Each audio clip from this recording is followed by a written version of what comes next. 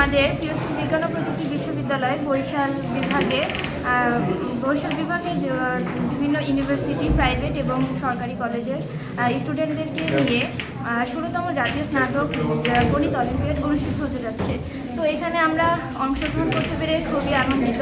আমরা সব থেকে বেশি ভালো লাগতেছে, কারণ আমরা সকল বরিশাল বিভাগের সকল মেধাবী শিক্ষার্থীদের সাথে একসাথে পরীক্ষায় অংশগ্রহণ করতে পারছি।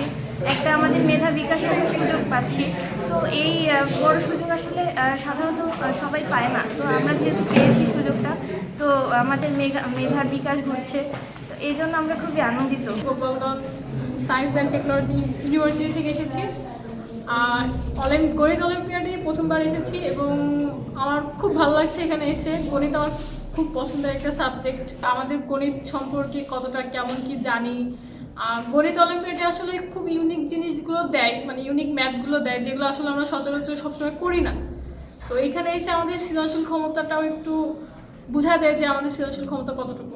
পিরোজপুর বিজ্ঞান ও প্রযুক্তি বিশ্ববিদ্যালয় কর্তৃক আয়োজিত 16তম জাতীয় স্নাতক গণিত অলিম্পিয়াডের আয়োজন এবারেই প্রথম।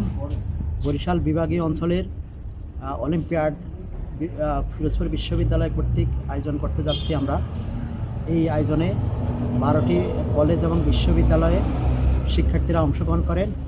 প্রায় 123 জন শিক্ষার্থী এই প্রতিযোগিতায় অংশগ্রহণ করেন এবং শিক্ষার্থীদের মধ্যে সকাল থেকে খুব আনন্দ উৎসব মনে হচ্ছে আমার কাছে।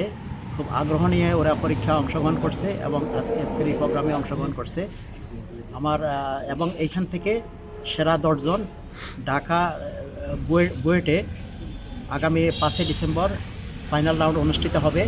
সেখানে প্রথম 10 জন অংশগ্রহণ করবে। অলিম্পিয়াডের মতো নানা কর্মসূচি আয়োজন করে আমরা ছাত্রদের দক্ষ হওয়ার জন্য উৎসাহিত করছি।